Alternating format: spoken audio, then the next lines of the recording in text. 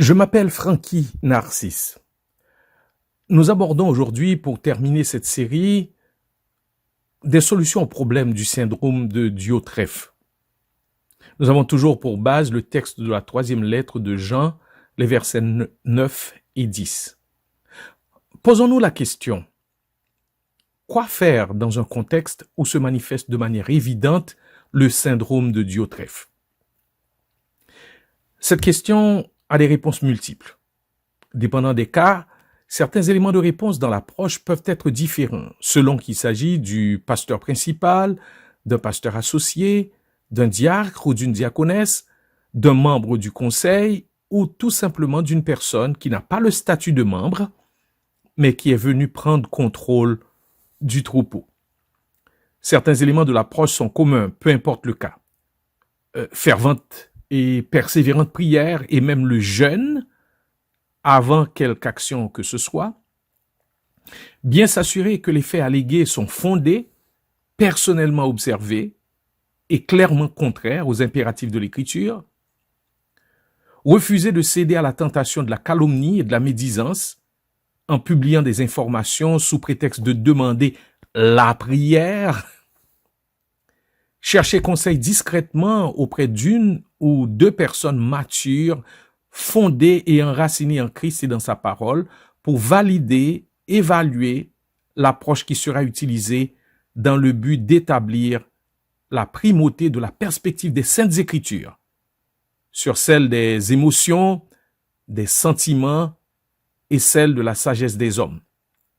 L'Écriture dit que le salut vient d'un grand nombre de conseillers, selon Proverbe 11, verset 14b. Communiquer les faits honnêtement est nécessaire. Faire preuve d'intégrité en admettant humblement ses propres fautes dans la situation, le cas échéant. Autre chose à faire, c'est suivre strictement la procédure de Matthieu 18, versets 15 à 20, en demeurant dans la prière pour soi-même, selon l'esprit de Galates 6, verset 1, pour le frère ou la sœur concernée, qu'il soit leader ou non, et pour la protection spirituelle de l'Église. Une autre chose qui doit être faite, c'est sonder son cœur pour s'assurer que c'est vraiment la gloire de Dieu qui est l'ultime but poursuivi dans cette démarche. L'approche peut être un peu différente selon qu'il s'agit d'un pasteur principal ou d'un pasteur associé faisant partie du conseil pastoral de l'Église, si elle en a un. Et dans ce cas, on peut approcher directement le pasteur concerné pour lui faire part de ses observations en relatant des faits réels. Il importe de refuser de se cacher derrière de prétendus oui-dire. Les gens pensent. Et tout le monde dit. Oui, il faut pas se cacher derrière de ces prétendues personnes anonymes sans visage et sans nom pour donner du poids à sa démarche. Autre chose à faire, se rappeler que l'Écriture établit formellement ceci en 1 Timothée 5, verset 19. Ne reçoit point d'accusation contre un ancien, si ce n'est sur la déposition de 2 ou de 3 témoins. Accuser un ancien est une chose sérieuse parce que ceux qui pêchent doivent être repris devant tous afin que les autres aussi éprouvent de la crainte.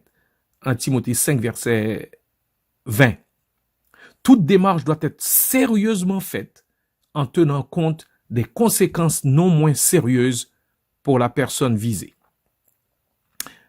Si, malgré les évidences d'abus spirituels, la personne concernée refuse de se repentir, ou si le leadership de l'Église ferme les yeux sur les mauvais agissements pour préserver une fausse paix, une ultime démarche peut être tentée auprès de la famille d'Église dont cette Église est membre, comme évidente application de 1 Corinthiens chapitre 6, texte dans lequel il y a un appel à la salutaire intervention d'une personne dite sage.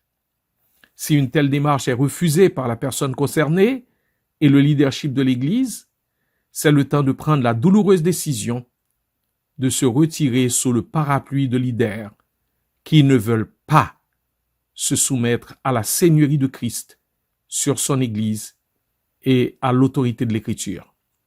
Il faut toujours éviter autant que possible de diviser l'Église sur la base de ses goûts, de ses préférences ou de ses émotions blessées. Nous devons toujours nous rappeler de ce grave avertissement, tiré de 1 Corinthiens 3, verset 17. Si quelqu'un détruit le temple de Dieu, Dieu le détruira aussi, car le temple de Dieu est saint et c'est ce que vous êtes. Comme élément spécifique du cas d'un membre influent de l'Église qui s'impose comme empereur ou impératrice intouchable, invincible, qui blesse, divise, fait et défait au gré de ses humeurs et de ses goûts, l'Église doit, par ses leaders, faire preuve de courage en appliquant Matthieu 18, versets 15 à 20. Et ces points doivent être considérés. Les faits étant établis, une approche concertée des leaders auprès de la personne concernée peut donner plus de poids à la démarche. Il faut autant que possible éviter de confronter publiquement la personne fautive, à moins que toutes les démarches aient échoué et que la question soit portée à la connaissance de l'Église pour l'exercice formel de la discipline en cas de refus de se repentir et de changer de conduite.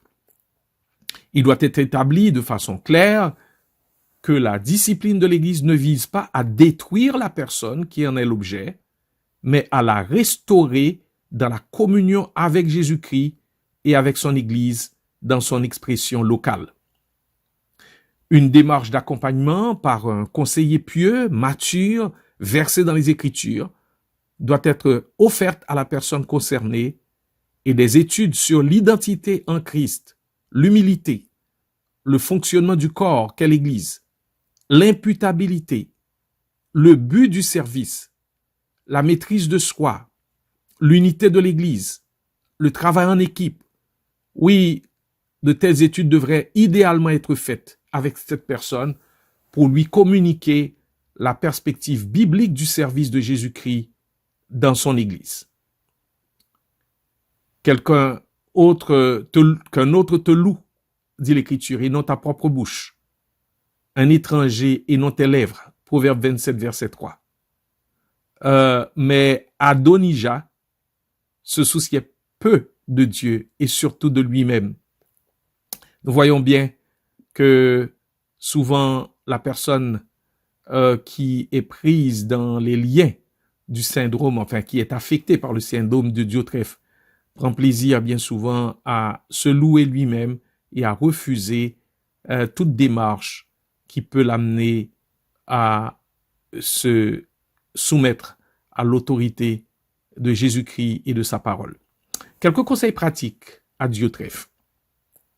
Étant tous susceptibles de développer ce syndrome, il est nécessaire de toujours nous examiner nous-mêmes pour régler le problème à sa racine et ainsi arrêter ces symptômes. Nous rappelant que des hommes qui ont commencé humblement leur ministère l'ont lamentablement fini dans l'orgueil et ses effroyables conséquences, nous devons en tout temps veiller sur notre cœur pour nous repentir de l'orgueil qui s'y glisse bien souvent sournoisement. J. Oswald Sanders, un vrai pasteur de pasteurs, nous aide à examiner notre cœur en nous incitant à nous soumettre à 4 tests. Premier test, le critère de préséance. Comment réagissons-nous lorsque nous en choisissons un autre, lorsque on choisit un autre pour le poste que nous convoitons? Quand un autre est promu alors qu'on nous oublie? Quand un autre est honoré et qu'on nous ignore? Quand quelqu'un nous vole la vedette? Cela stimule-t-il la jalousie et la mauvaise volonté? Ou pouvons-nous vraiment nous réjouir de l'avancement d'un autre ou d'un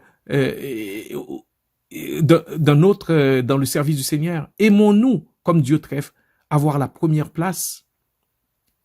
Il est vrai que l'instrument le plus difficile à maîtriser dans l'orchestre est le second violon.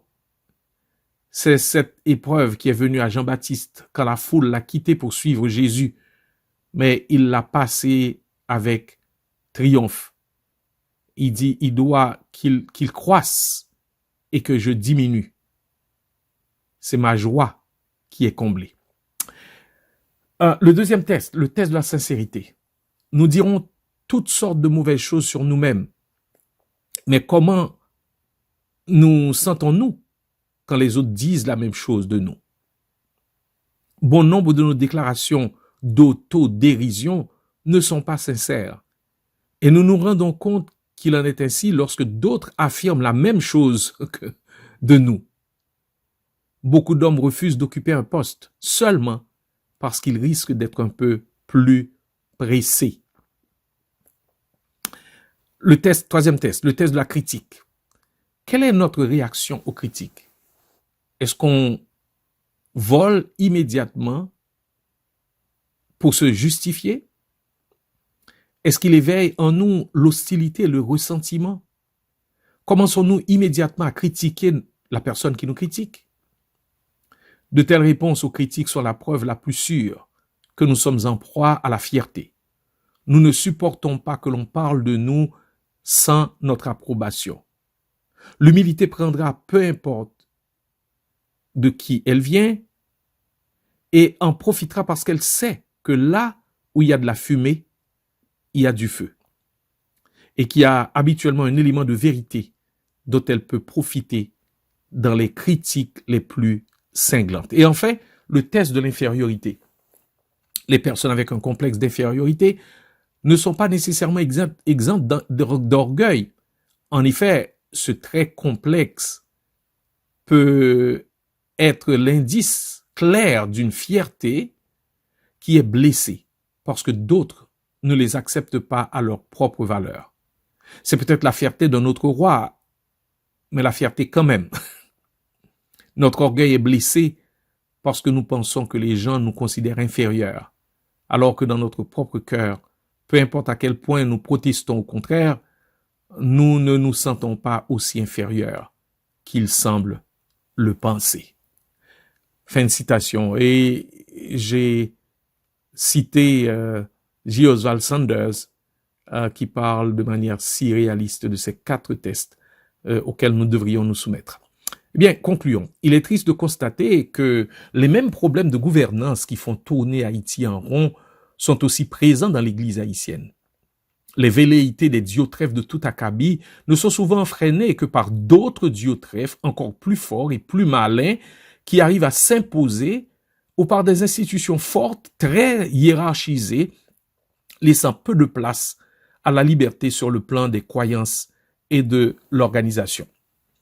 Les pasteurs aux prises avec ce défi doivent se rappeler de ce que Marshall Shelley a sagement ainsi formulé, et je le cite, « Le but d'un pasteur n'est pas de tuer, mais d'apprivoiser la bête. » Et par bête, il faut entendre l'image du dragon, et dans le titre de son ouvrage, les dragons bien intentionnés. Donc, le but d'un pasteur n'est pas de tuer, mais d'approvisionner la bête afin d'empêcher d'autres destructions des deux côtés. Fin de citation. Et il continue, il dit, « Et l'esprit nécessaire pour affronter les dragons n'est pas celui de la peur et du repli sur soi, ni celui de la puissance arrogante, c'est la douceur et la fermeté, une attitude d'amour intelligent. D'amour intelligent. » Fin de citation. Examinant humblement et honnêtement notre cœur dans l'esprit du psaume 139, versets 23-24, l'un des plus grands services qui peut être rendu à nos églises évangéliques, c'est une sincère repentance des évidences de l'orgueil dans notre cœur. Nous devrions tous crier au Seigneur pour que se reproduise en nous l'humilité de Jean-Baptiste face à Jésus-Christ. Il faut qu'il croisse et que je diminue. Jean 3, verset 30. Et les dispositions aussi recommandées par l'apôtre Paul. Et s'il y a donc quelque consolation en Christ, s'il y a quelque soulagement dans la charité, s'il y a quelque compassion et quelque miséricorde, rendez ma joie parfaite, ayant un même sentiment, un même amour, une même âme, une même pensée. Ne faites rien par esprit de parti ou par vaine gloire, mais que l'humilité vous fasse regarder les autres comme étant au-dessus de vous-même. Que chacun de vous, au lieu de considérer ses propres intérêts, considère aussi ceux des autres. Philippiens 2, versets 1 à 4. Le plus puissant antidote au développement du syndrome de Diotrephe est la croissance dans la ressemblance à Jésus-Christ, dont l'exemple suprême d'humiliation volontaire dans son dépouillement reste non seulement le seul moyen de notre salut, mais aussi l'exemple suprême de ce qui se produit dans la vie d'une personne qui a authentiquement expérimenté la nouvelle naissance. Une nouvelle créature est née et ses valeurs, ses priorités, sa philosophie de vie se démarquent totalement de celles de son milieu ambiant. Au lieu d'être un Diotrephe autoritaire, il devient un serviteur disponible pour les plus humbles devoirs et tâches pour la seule gloire de celui qui l'a racheté au prix de son propre sang à la croix de Golgotha. Que le Seigneur nous fasse la grâce d'être des leaders serviteurs et non des Diotrephes. Bonne journée.